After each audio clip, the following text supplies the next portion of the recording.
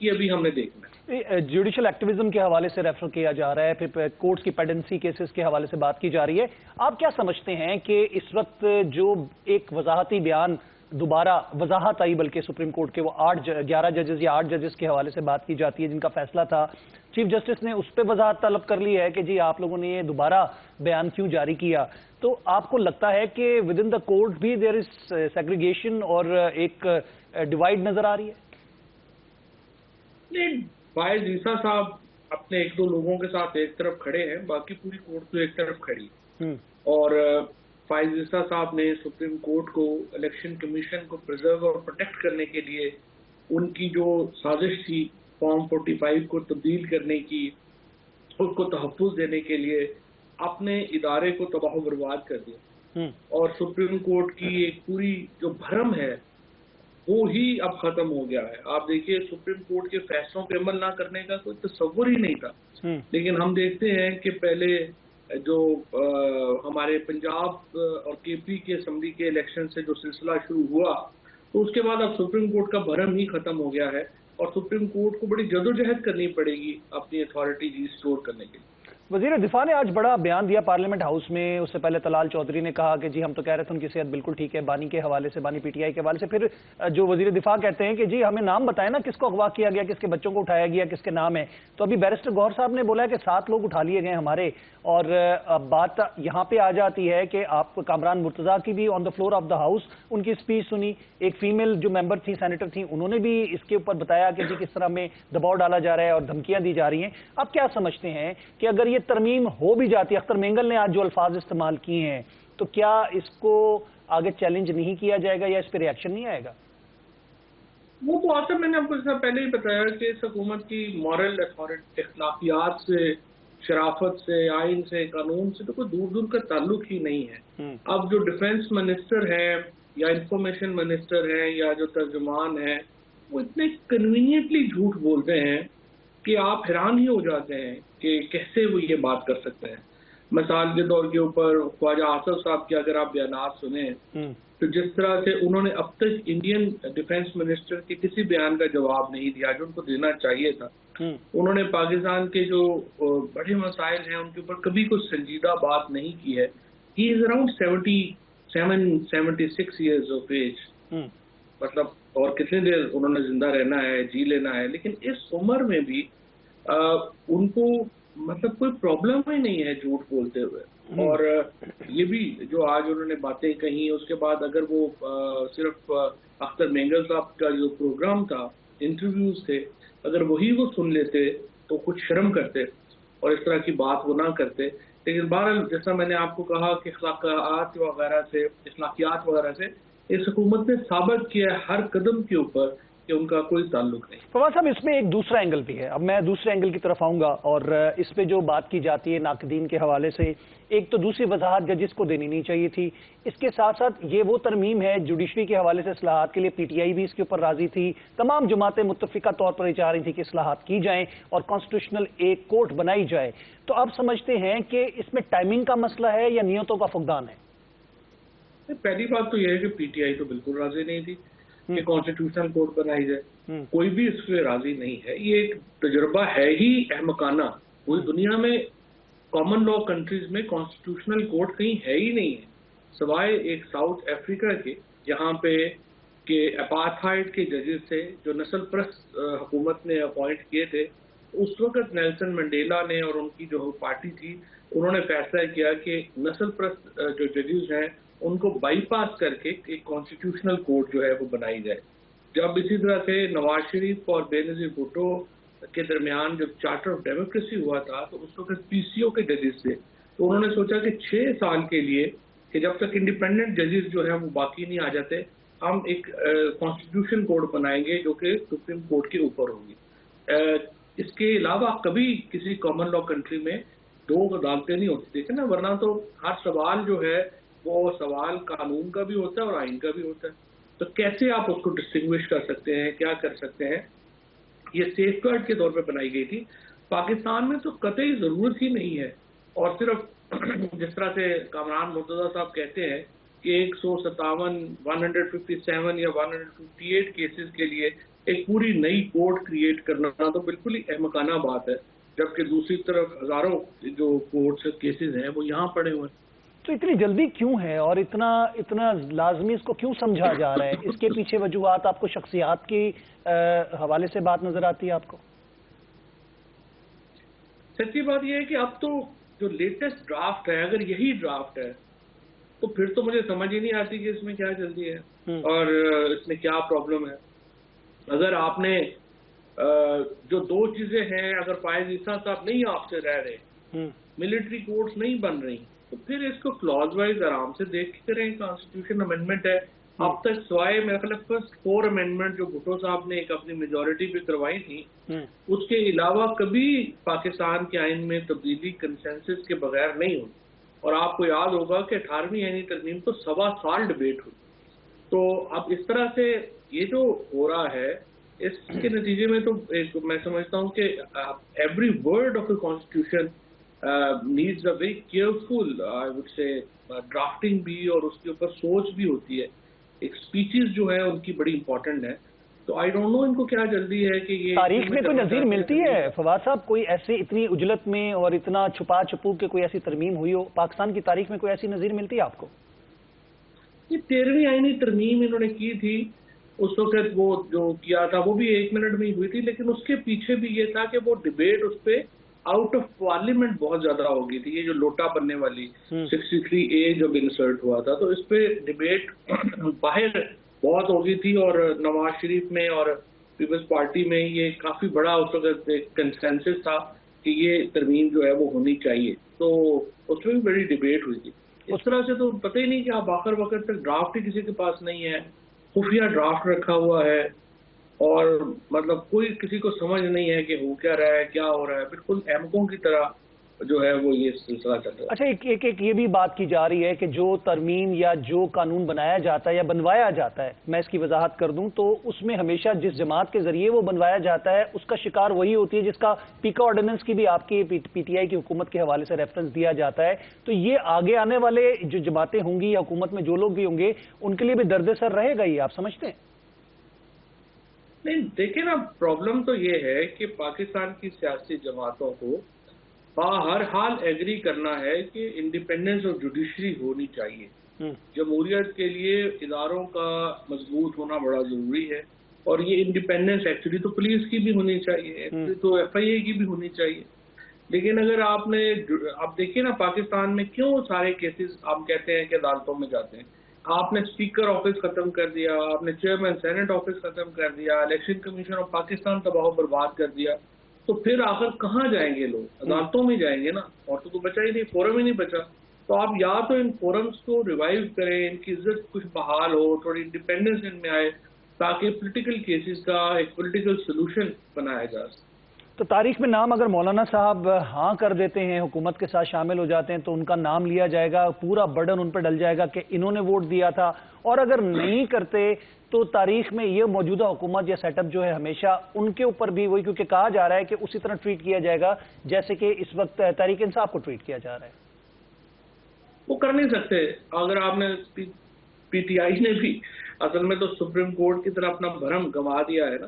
اگر آپ غور کریں تو مولانا فضل الرحمان نے جب پرسوں یہ کہا کہ اگر آپ بدماشی کریں گے تو پھر آپ کو جواب بھی بدماشی سے ہی ملے گا، تو پھر رات کو بلاول بھٹو اور شہباز شریف جو ہیں وہ اپنے بستر چھوڑ کے مولانا کے پاس پہنچے، ان سے معافی مانگی۔ اور کیونکہ دیکھیے، اگر تحریک انصاف، مولانا فضل الرحمان اور وکلا، یہ 3 طبقات ہی مل جائیں اور جماعت اسلامی اور GDA کو فی الحال چلے چھوڑ بھی دیں، تو اتنی بڑی تحریک ہوگی کہ یہ پھر سنبھل نہیں سکتی۔ لہٰذا حکومت کو میرا خیال ہے کہ ریئلائزیشن ہے اس سارے معاملے کی، اور وہ اتنا ان کے لیے نہیں ہوگا آسان کہ وہ اس کو جو ہے وہ کر سکیں۔ اور صاحب، وکالت میں بھی اگر ہم دیکھیں نا، جو وکلا کے دھڑے ہیں، خاص طور پہ جس طرح ہم پاکستان بار کونسل کی بات کریں یا پاکستان کی جو ہائی کورٹس کی بار ہے، اس میں بھی کہیں نہ کہیں ڈیوائیڈ نظر آ رہا ہے ہمیں۔ آپ سمجھتے ہیں کہ یہ تحریک اتنی سرگرم ہوگی جتنی کہ ہم نے ماضی میں دیکھی افتخار چودھری کے زمانے میں لائر موومنٹ جو چلی تھی؟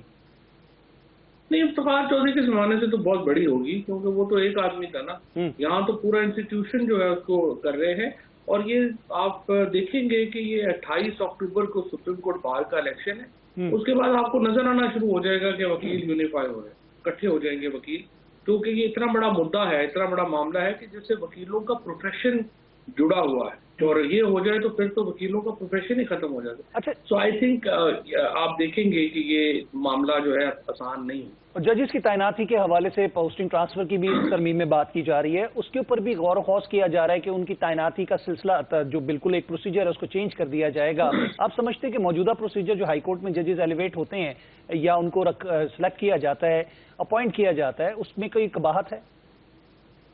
دیکھیے جو ہے نا اپنا اس وقت ججز کی اپوائنٹمنٹ کا جو طریقہ کار ہے اس میں مسائل ہے, اور بالکل صحیح ہے. اس کے لیے جو امینڈمنٹ کی گئی ہے ایکچولی وہ اچھی ہے.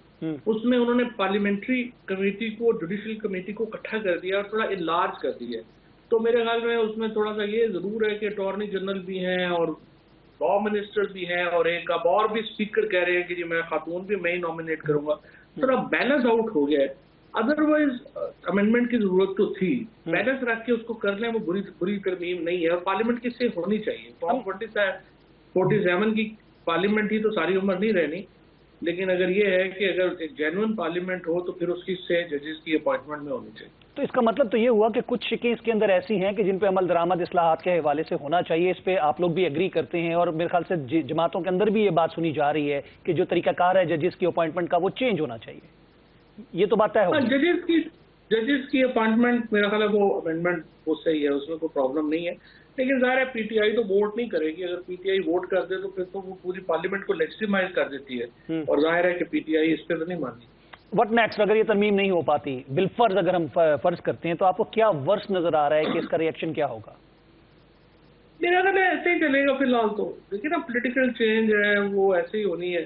کوئی یہ ججز جو ہیں کوئی اتنے ریولیوشنری تو ہے ہی نہیں, جو اپنے لیے کھڑے نہیں ہو رہے ہیں. انہوں نے کسی حکومت یا اس کے لیے کیا کھڑا ہونا ہے. بٹ یہ ہے کہ ڈیفینیٹلی ایک بیلنس جو ہے وہ رہے گا. عدالتیں اتنی متی نہیں ہوں گی جتنی کہ فائز عیسیٰ صاحب کے دور میں ہو گئی ہیں. انڈیپینڈنس اور جوڈیشری بہرحال تھوڑی جو بہتر ہوگی.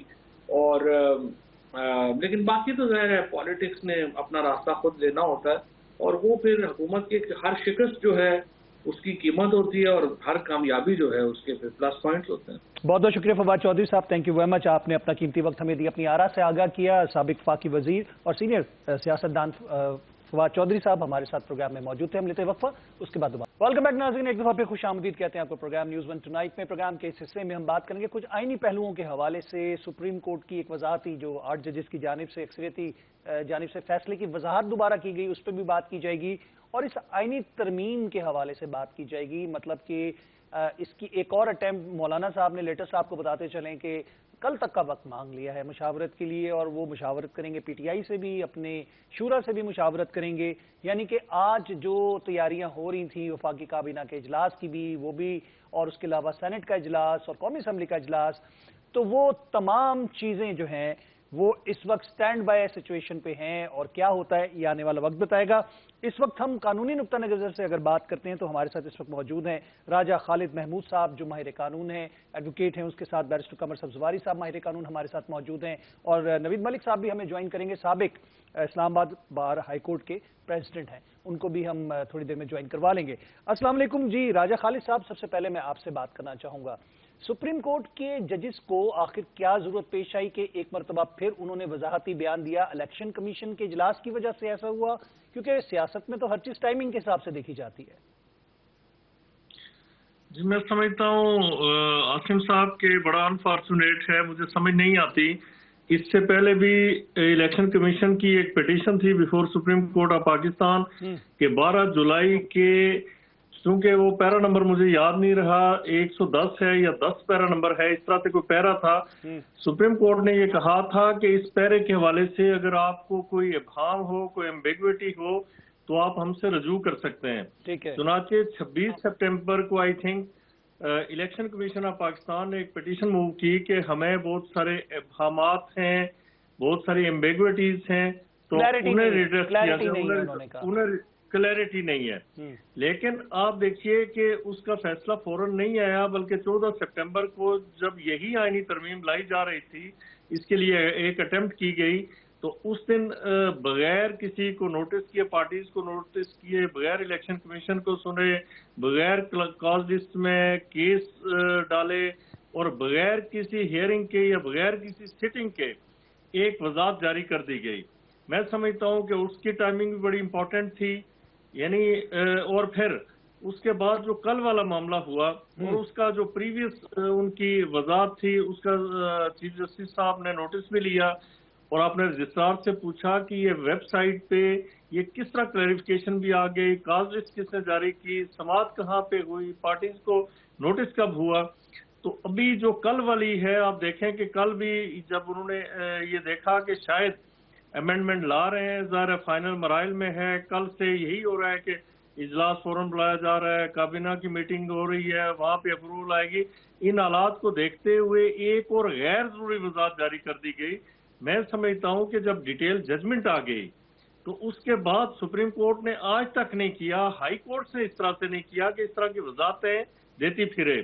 لیکن it is very unfortunate state of affair. تو اور میں سمجھتا ہوں کہ وہ جو ایس ایم ظفر صاحب نے ایک کتاب لکھی کہ عدالت میں سیاست، وہ سیاست تو مجھے کہیں وہ بہت چھوٹی لگتی ہے. یہ بہت بڑی سیاست ہے اور جوڈیشری کے اندر اور ایپیکس کورٹ کے اندر ہو کے بیٹھ کے ہو رہی ہے، کسی کو فائدہ پہنچانے کے لیے، کسی خاص پارٹی کو، کسی خاص فرد کو فیسیلیٹیٹ کرنے کے لیے. تو یہ تو میری سمجھ سے یہی الزام راجہ صاحب دوسری جانب سے بھی لگایا جا رہا ہے کہ شخصیات کے اوپر مبنی یہ ترامیم کی جا رہی ہیں اور بینیفٹ دینے کے لیے سپریم کورٹ کے ججز نے بھی یہ کہا کہ یہ جو سیٹیں مخصوص نشستیں تھیں وہ ایک ہی پارٹی کو دی جائیں، دوسری پارٹیوں کو دینے کی کوشش کی جا رہی ہے. تو یہ بڑی چیزیں آرگومنٹس میں بھی ہم نے کورٹ کے حوالے سے سنا. تو آپ اس کو کیسے بیلنس آؤٹ کریں گے؟ نہیں دیکھیے، بات یہ ہے کہ جس طرح سے یہ دوسری طرف سے کہا جا رہا ہے نا کہ ٹائمنگ کے حوالے سے بات کی جا رہی ہے یا کسی فرد کو یعنی سنگل آؤٹ کیا جا رہا ہے، اس طرح کی بات. آپ دیکھیے ججز جب اس طرح کے فیصلے کریں گے، یعنی پارلیمنٹ کا اختیار وہ لے لیں گے، الیکشن کمیشن کا اختیار وہ لے لیں گے. یعنی مجھے سمجھ نہیں آئی اور میں آج تک بار بار ہر چینل پہ یہ سوال کرتا ہوں جب اس طرح کی بات ہوتی ہے، اس طرح کا کویشچن آپ جو دوست ہیں، آپ جو ہوسٹ ہوتے ہیں ان کی طرف سے آتا ہے، میں سوال پوچھتا ہوں جو ہمارے جو کنٹری رائے رکھتے ہیں، میری رائے سے متصادم جن کی رائے ہوتی ہے، ان سے پوچھتا ہوں کہ مجھے بتائیں کہ کانسٹیٹیوشن کا آرٹیکل 51 ہے، اس میں لکھا ہوا ہے کہ 3 دنوں کے اندر آزادانہ طور پہ منتخب ہونے والے ممبر لسٹ پہنچائی جاتی ہے. بالکل ٹھیک ہے، وہ آپ کا پوائنٹ آ گیا. آپ نے 15 دن کا ٹائم کیسے دے دیا؟ ٹھیک ہے، یہ ہمارے چھوٹے بھائی میرے قمر سبزواری جی میں انہی کی طرف جا رہا ہوں، میں ریپلائی لینا چاہ رہا ہوں. جی میں بس ایک بات کر کے 185 اپیلیٹ جورسڈکشن ہے سپریم کورٹ کی. 185 میں یہ ہے کہ آپ اپیل کو مسترد کریں گے یا اپیل کو ایلو کریں گے. آپ نے اپیل مسترد کر دی سنی اطاعت کونسل کی اور اس پارٹی کو ریلیف دے دیا، سیٹس اس کو دے دی جو الیکشن ہی نہیں لڑی، پی ٹی آئی نے الیکشن نہیں لڑا یا اس کے حصہ ہی نہیں تھے. ٹھیک ہے ٹھیک ہے، میں قمر صاحب آپ کی طرف آؤں گا. سبزواری صاحب آپ اس کا تھوڑا سا مجھے ریپلائی دیجئے، کیا آپ متفق ہیں راجہ صاحب کی گفتگو سے؟ نحمدہ و نصلی و نسلم علی رسول الکریم، اعوذ باللہ من الشیطان الرجیم، بسم اللہ الرحمن الرحیم، اما بعد. عاصم بھائی آپ کا بہت بہت شکریہ. رائے صاحب ہمارے سینئر ہیں، ان سے بھی لرن کرتے ہیں. اور جہاں تک سوال ہے کہ کل کی وضاحت اور جس کا لفظ بھی لکھا گیا ہے اور کلیریفیکیشن ہی وہ غیر ضروری، اور اس کی جو ٹائمنگ ماڈرن مینر کو ہم چھوڑ دیتے ہیں. راجہ صاحب نے اس پہ بھی ویسے نظر ڈالی ہے، لیکن ٹائمنگ بھی اس کی آپ دیکھ لیجئے. اور غیر ضروری اس لیے تھی کہ جب تفصیلی ججمنٹ آ گئی تو پھر اس کے بعد ایسا نہیں ہوتا. اور ہم جو طالب علم ہیں قانون کے، ہم جب بھی کوئی ایسی چیز ہو اور ہم کہیں کورٹ میں لے کے جائیں تو ہمیں کافی ساری دشواری کا سامنا ہوتا ہے جب ہم یہ کہتے ہیں کہ جی اس کی وضاحت ہمیں کر دیجئے. تو وضاحت کورٹس نہیں کرتی ہیں، بار بار ان کے فیصلے ہی ہمیشہ بولتے ہیں اور پھر کوئی وضاحت قطعاً غیر ضروری ہو جاتی ہے وضاحت کوئی بھی جب کی جائے. تو بہرحال یہ نہیں ہونا چاہیے تھا. اور اسی طرح معاملات دوسری طرف سے بھی لگ رہے ہیں. تو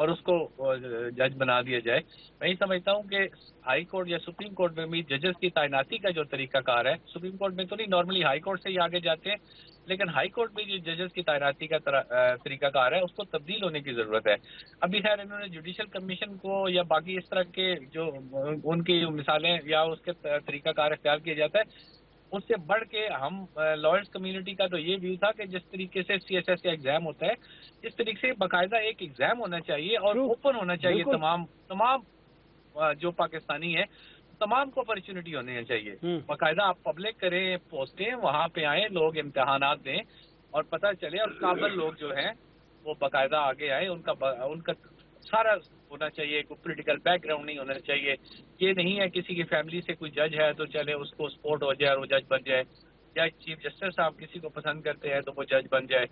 تو یہ اس حوالے سے تو سیریس کنسرن ہے لائر کمیونٹی کے کہ ججز کی تعیناتی کا جو طریقہ کار ہے اس کو تبدیل ہونا چاہیے. راجہ صاحب میں آپ کی طرف آؤں گا. راجہ صاحب آپ کیسے سمجھتے ہیں کہ اس میں جو شکیں شامل ہیں اور اب بینچ کے اوپر بات آ گئی کورٹ سے ہٹ کے، مولانا فضل الرحمان تو اس بات پہ ایمفیسائز کر رہے ہیں کہ ایک اسپیشل کانسٹیٹیوشنل بینچ بنا دی جائے بجائے ایک پوری کورٹ بنانے کے. آپ سمجھتے ہیں کہ اس سے بھی کام ہو جائے گا؟ دیکھیے بہتر تو یہ تھا کہ کانسٹیٹیوشنل کورٹ کانسٹیٹیوٹ کی جاتی تاکہ جتنے کانسٹیٹیوشنل میٹرز ہیں وہ کہا بار بار یہ جاتا ہے کہ وہاں پہ ٹوٹل کوئی 150 یا 200 کانسٹیٹیوشنل پٹیشنز ہیں. یہ نہیں، کانسٹیٹیوشنل پٹیشنز جو ہائی کورٹ میں ہیں ان کے خلاف جب آپ اپیل میں جاتے ہیں تو وہ اپیل بھی وہی کانسٹیٹیوشنل بینچ سنے یا کانسٹیٹیوشنل کورٹ سنتی، تو اس کا کام بھی بیلنس ہو جاتا. اور پھر سپریم کورٹ کے ججز کی تعداد بے شک ادھر سے کم کر کے ادھر 2-4 زیادہ کر لیں، لیکن جو کرمنل کام ہے، سول کام ہے، دیکھیں آپ کے سامنے اس طرح کی ایک نہیں کئی مثالیں ہیں کہ بندہ جب اس کے کیس لگتا ہے تو پتہ چلتا ہے کہ وہ سب مکمل کر کے جا چکا ہے یا اس کی ڈیتھ ہو چکی ہے. سول کیس میں جب تک آپ کو لیو گرانٹ ہوتی، جب تک کیس چیک اپ ہوتا تو پتہ چلتا ہے کہ آپ کا نیچے کا فیصلہ وہ امپلیمنٹ ہو گیا، پراپرٹی آکشن ہو گئی، ڈیمالش ہو گئی یا کچھ بھی ہو گیا، اس کی ایکسیکیوشن ہو گئی. جس کی وجہ سے اسی طرح ٹیکس میٹرز ہیں، فیملی میٹرز ہیں، بہت ساری اس طرح کی چیزیں. ابھی میں جب آپ کے پروگرام میں پارٹیسپیٹ کرنے کے لیے، شرکت کرنے کے لیے آ رہا تھا، راستے میں میرے ایک کلائنٹ ہیں وہاں سرائے عالمگیر سے، ان کی کال آئی کہ جی میرا کیس اب 2 سالوں سے، آپ یہ دیکھیے کہ یعنی انیشل سماعت نہیں ہوئی اس کیس میں 2 سالوں سے. تو کیا یہاں پہ میری ایک کرمنل اپیل وہ 2017 میں ہم نے فائل کی تھی، 2024 میں جا کے مارچ کے اپریل میں میرے خیال میں وہ ٹیک اپ ہوئی، یعنی 7 سالوں کے بعد.